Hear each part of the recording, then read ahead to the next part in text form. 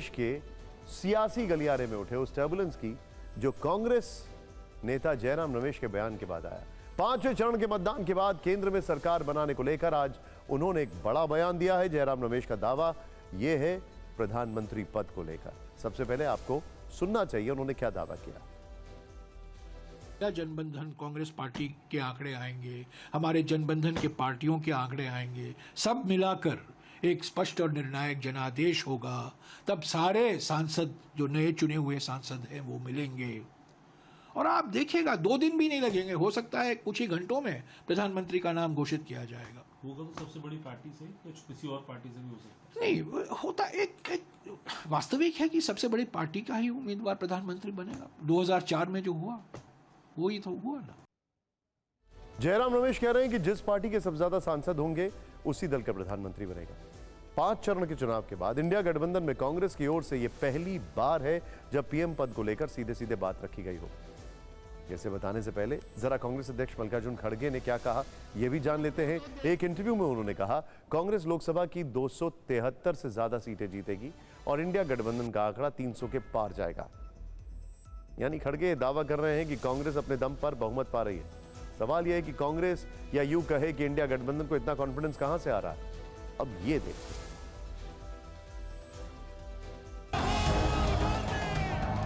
4 जून से पहले सरकार बनाने को लेकर कांग्रेस के कॉन्फिडेंस ने नई बहस छेड़ दी है। कांग्रेस को यह भरोसा है कि इस बार इंडिया गठबंधन की सरकार बनेगी।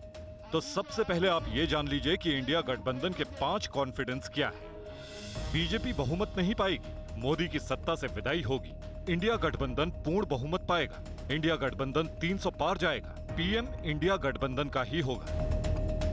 सीटों के नंबरों के खेल हर चरण के बाद शुरू हो जाता है। मल्लिकार्जुन खड़गे हों या अखिलेश यादव, दोनों का यह दावा है कि बीजेपी किसी कीमत पर सरकार में नहीं आएगी। मैं शर्त लगाता हूं अगर वो 400 पार 200 पार नहीं कर सकते। आने वाले समय में 140 करोड़ की जनता भारतीय जनता पार्टी को 140 सीटों के लिए भी तरसा देगी।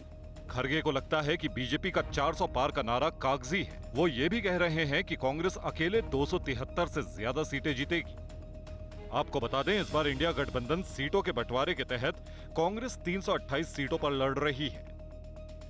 अब सीटों के नंबर गेम से बात आगे बढ़ चुकी है। पीएम पद को लेकर कांग्रेस ने खुलकर अपनी रणनीति बता दी है।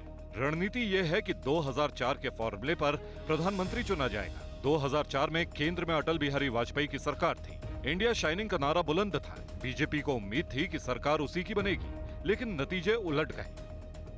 2004 में यूपीए ने 221 सीटें जीती, जिसमें कांग्रेस की 145 सीटें थी। यानी कांग्रेस की सबसे ज्यादा सीटें थी और तब कांग्रेस नेता मनमोहन सिंह प्रधानमंत्री बने थे। अब वही फॉर्मूला जयराम रमेश ने फिर उछाला है। 13 मई 2004 को कांग्रेस पार्टी और उनके घटक दलों को जनादेश मिला।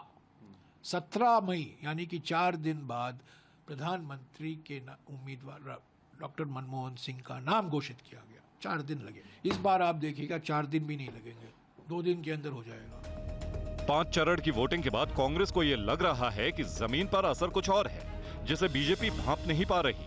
इसलिए अब चर्चा 2024 नहीं 2004 के नतीजे की चलने लगी है।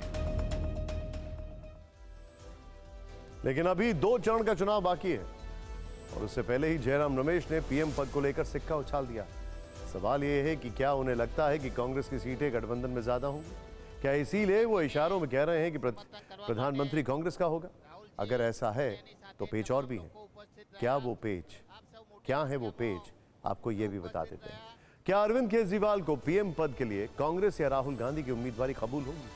क्या ममता बनर्जी को राहुल गांधी की उम्मीदवारी मंजूर होगी? ये तब जब राहुल गांधी की उम्मीदवारी सामने आए। ये भी हो सकता है कि कांग्रेस कोई और नाम भी सामने लेकर आए। क्या महाराष्ट्र के नेता कांग्रेस के पीएम उम्मीदवार पर सहमत होंगे? इंडिया गठबंधन में खुद पीएम पद के कई दावेदार हैं। समय समय पर इसे लेकर बयान भी आते रहे। 21 अप्रैल को संजय राउत ने कहा कि गठबंधन में कई चेहरे तो उद्धव ठाकरे विकल्प क्यों नहीं हो सकते।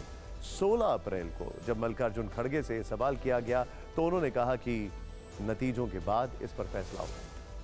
पिछले साल दिसंबर में इंडिया अलायंस की बैठक में ममता बनर्जी ने इस पद के लिए मल्लिकार्जुन खड़गे का नाम सुझाया था और अभी मतलब इसी महीने जो हमारा कॉन्क्लेव हुआ, उस कॉन्क्लेव में लखनऊ में राम गोपाल जी ने कहा कि उनकी पसंद अखिलेश है, वो चाहते हैं कि अखिलेश प्रधानमंत्री बने।